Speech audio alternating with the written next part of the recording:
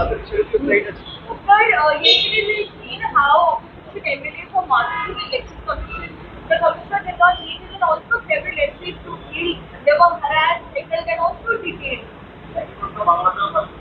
আর কার কি প্রশ্ন আছে একবারে করে নিচ্ছ? दादा, जो पाकिस्तान ने इंडिया को धमकी दिया है इंडस वैली के ऊपर डैम बनाने को लेकर कि हम लोग वार करेंगे, इंटरनेशनल का भी थ्रेट दिया है। বিজেপি অভিযোগ করছে যে জনসংখ্যাপত্র থেকে শুরু করে অন্যান্য ব্যক্তিগত তথ্য ভোটারদের চলে যাচ্ছে আইপ্যাকের কাছে, আর তৃণমূল আইপ্যাককে ব্যবহার করছে। আচ্ছা, প্রথমত কালকের যে সাংসদদের নির্বাচন কমিশনের অভিযান নিয়ে আপনারা প্রশ্ন করেছেন, আপনারা দেখেছেন যে কালকের যে প্রোটেস্ট র্যালি ছিল সেটা অত্যন্ত শান্তিপূর্ণ ছিল। সেখানে কোনো রকম কোনো ভায়োলেন্সের কোনো জায়গা ছিল না। লোকসভা রাজ্যসভা মিলিয়ে প্রায় 300 জনের বেশি পাবলিক রিপ্রেজেন্টেটিভ এবং ম্যাক্সিমামটাই নির্বাচিত সাংসদ, মানুষের প্রতিনিধি, তারা সকলে মিলে নির্বাচন কমিশনের কাছে আমাদের সবার বেসিক 5-7টা প্রশ্ন রয়েছে তার জবাব চাওয়ার জন্য নির্বাচন কমিশনের কাছে আমরা শান্তিপূর্ণভাবে মিছিল করে এবং দলমত নির্বিশেষে অপোজিশন যে পার্টিগুলো রয়েছে সবাই মিলে ঐক্যবদ্ধ হয়ে কালকে মিছিল করে গেছি। তাদেরকে নির্বাচন কমিশনের অফিস অব্দি অ্যালাউই করা হয়। মহিলা সাংসদদের জোর জবরদস্তি চুলের মুঠি ধরে ডিটেন করা হয়েছে।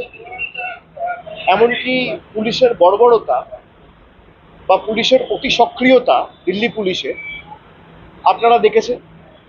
আমরা 100 দিনের কাজের টাকা নিয়ে যখন দিল্লিতে যন্তর মন্তরে বিক্ষোভ সভা করেছিলাম, সেখানেও প্রায় 10,000 পুলিশ দিয়ে মহিলা, বিশেষ করে তপশিলি এবং জনজাতি মূলবাসী যারা এবং SC ST জনপ্রতিনিধিদের যেভাবে কেন্দ্রীয় সরকারের অধীনে থাকা, স্বরাষ্ট্রমন্ত্রীর অধীনে থাকা দিল্লি পুলিশ নিগৃহীত করেছিল, আমরা সকলে সেটা দেখেছি। গতকালও যেটা করেছে, এটা থেকে স্পষ্ট যে নির্বাচন কমিশনের কাছে কোনো উত্তর নেই, কোনো জবাব নেই।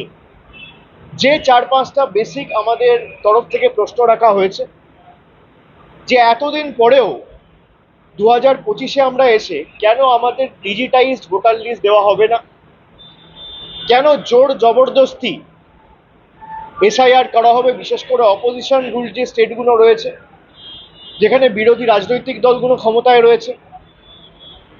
এবং আমি ইলেকশন কমিশনের কথা যদি ঠিক ধরেই নিই যে ভোটার লিস্ট বা ইলেকটোরাল রোলে অনিয়ম বা গরমিল রয়েছে, আমি তর্কের খাতিরে ধরে নিচ্ছি যে তারা ঠিক বলছে।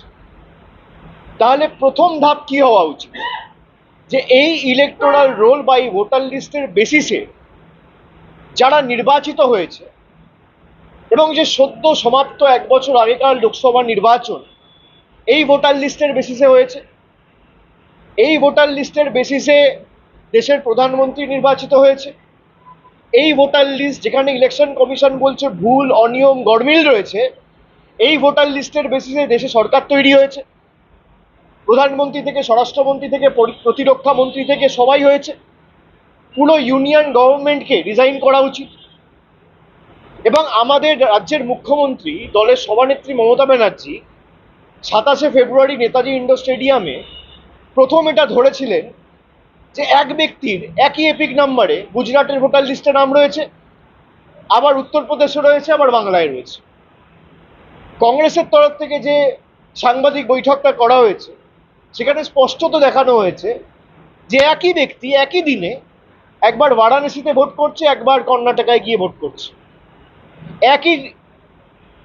একই এপিক নাম্বারে একই নামে 5 জন 7 জন 10 জন করে ভোটার 10টা আলাদা পোলিং স্টেশনে তিনি ভোটাধিকার প্রয়োগ করেছেন। আর এই ডেটা তো তৃণমূলের বা কংগ্রেসের নয় বা অন্য রাজনৈতিক দলের নয়, এটা নির্বাচন কমিশনের ডেটা। তো এই উত্তরগুলো কে দেবে? আর নির্বাচন কমিশনের উপর যদি প্রশ্ন ওঠে, বিজেপি ডিফেন্ড করবে কেন? বিজেপির দায় কি? নির্বাচন কমিশন তো নিরপেক্ষ। তথাকথিতভাবে যদি তারা এতটাই নিরপেক্ষ থাকে, তারা সব এমপিদের সাথে বসবে, এই এমপিগুলো তো বানের জলে ভেসে আসেনি, নির্বাচন কমিশনার মনোনীত, আমরা নির্বাচিত, আমাদের 20 লাখ 22 লাখ 25 লাখ মানুষ ভোট দিয়ে তাদের ভোটাধিকার প্রয়োগ করে আমাদের নির্বাচিত করেছে। আর ইলেকশন কমিশনকে প্রতিনিধি করে সরকার পাঠিয়েছে তাদের হয়ে কাজ করার জন্য।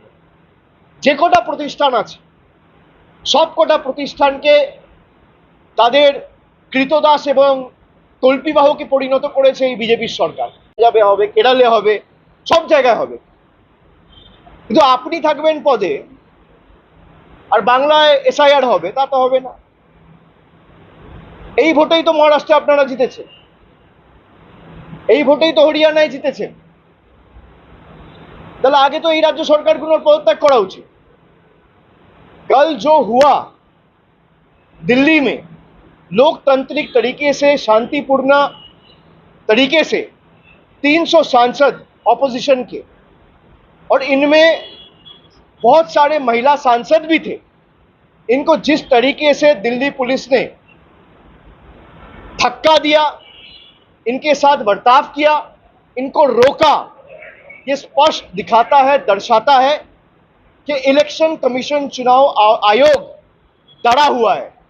इनके पास हमारे सवाल के कोई जवाब नहीं है।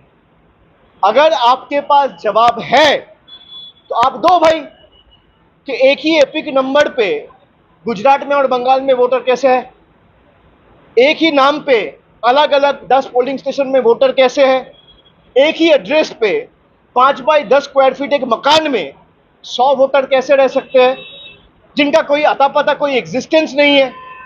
और इलेक्शन कमीशन अगर कह रहा है कि वोटर लिस्ट में गलती है, ऑपोजिशन के सारी पार्टी कह रहा है कि एसआईआर नहीं होना चाहिए, मैं इलेक्शन कमीशन को कहूंगा कि चलिए मैं मानता हूं आप सही कह रहे हो, तो पहला तरीका क्या होना चाहिए, पहला स्टेप क्या होना चाहिए? इसी इलेक्टोरल रोल और वोटर लिस्ट के आधार पे देश का प्रधानमंत्री चुना गया है 1 साल पहले। इसी वोटर लिस्ट और इलेक्टोरल रोल के आधार पर बीजेपी के 240 सांसद चुने गए हैं। इसी वोटर लिस्ट के आधार पे देश के गृह मंत्री चुने गए हैं। इसी वोटर लिस्ट के आधार पे देश के स्वास्थ्य मंत्री चुने गए हैं, रक्षा मंत्री चुने गए हैं। इसी वोटर लिस्ट के आधार पर जो इलेक्शन कमीशन कह रहा है जिसमें फेक वोटर है, इसी वोटर लिस्ट के आधार पर यही सांसद जो चुने गए हैं वो आने वाले दिन में राष्ट्रपति चुनेंगे, उपराष्ट्रपति चुनेंगे। तो पहला कदम चुनाव आयोग का यह होना चाहिए कि अगर वोटर लिस्ट में कोई भी इरेगुलरिटी है तो भाई लोकसभा डिसॉल्व होनी चाहिए। आप लोकसभा डिसॉल्व करिए, पूरा देश में एसआईआर करिए, कोई दिक्कत नहीं है। लेकिन आप सिलेक्टिव नहीं कर सकते ना कि गुजरात में एसआईआर नहीं होगा, गुजरात में वोटर लिस्ट ठीक है, उत्तर प्रदेश में वोटर लिस्ट ठीक है, मध्य प्रदेश में ठीक है और बंगाल में नहीं है, बिहार में नहीं है, तमिलनाडु में नहीं है। क्यों नहीं है? आपको पता है कि बिहार में अगर लोग वोटाधिकार, अपना लोकतांत्रिक अधिकार प्रयोग करेंगे तो आप हारोगे, आप चुनाव जीत नहीं सकते लोकतंत्र तरीके से। तो आप लोग का जो हक है, जो डेमोक्रेटिक राइट है, वो छीनना चाहते हैं। ये एक तरफा तो हो नहीं सकता। जो नियम और जो कानून आपके लिए एप्लीकेबल है वही नियम और वही कानून इस देश में, अगर मैं बंगाल में हूं और आप गुजरात में हैं तो एक ही कानून है। भाई अगर एसआईआर आप करना चाहते हो तो आप एसआईआर करिए, लेकिन पहला कदम लोकसभा डिसॉल्व होना चाहिए। If the government is elected on the basis of the same flawed SIR, then the legitimacy of the central government is null and void. The government of the day should resign. The union government should dissolve. The Lok Sabha should be dissolved. आप Lok Sabha dissolve करिए, पूरा देश में 140 करोड़ के देश में, पूरा देश में, हर एक प्रदेश में आप एसआईआर करिए, कोई दिक्कत नहीं है। आप इसी वोटर लिस्ट के आधार पर चुन के आए हो 1 साल पहले और आप कह रहे हो बंगाल में वोटर लिस्ट गलत है लेकिन गुजरात में सही है, बिहार में गलत है लेकिन यूपी में सही है। भाई अगर गलत है तो आपके ऑपोजिशन, हमारे ऑपोजिशन जितने भी दल हैं वो स्पष्ट आपके पास सबूत के बदौलत आपके पास इंफॉर्मेशन रखा है कि वोट चोरी कर्नाटका में भी हुआ है, यूपी में भी हुआ है, गुजरात में भी हुआ है, और बिहार में भी हुआ है। और बीजेपी ने वोट चोरी करके इलीगली, अनएथिकली, अनकॉन्स्टिट्यूशनली पावर में आया है। अगर एसआईआर होगा तो पूरा देश में होगा और उसके लिए पहला कदम प्रधानमंत्री से लेकर पूरा कैबिनेट को इस्तीफा देना होगा, लोकसभा डिसॉल्व करना होगा, उसके बाद आप एसआईआर करिए। ठीक है, ये मैं स्पष्ट करता हूं। বাংলা খবর, আপনার রাজনীতি, আপনার আওয়াজ।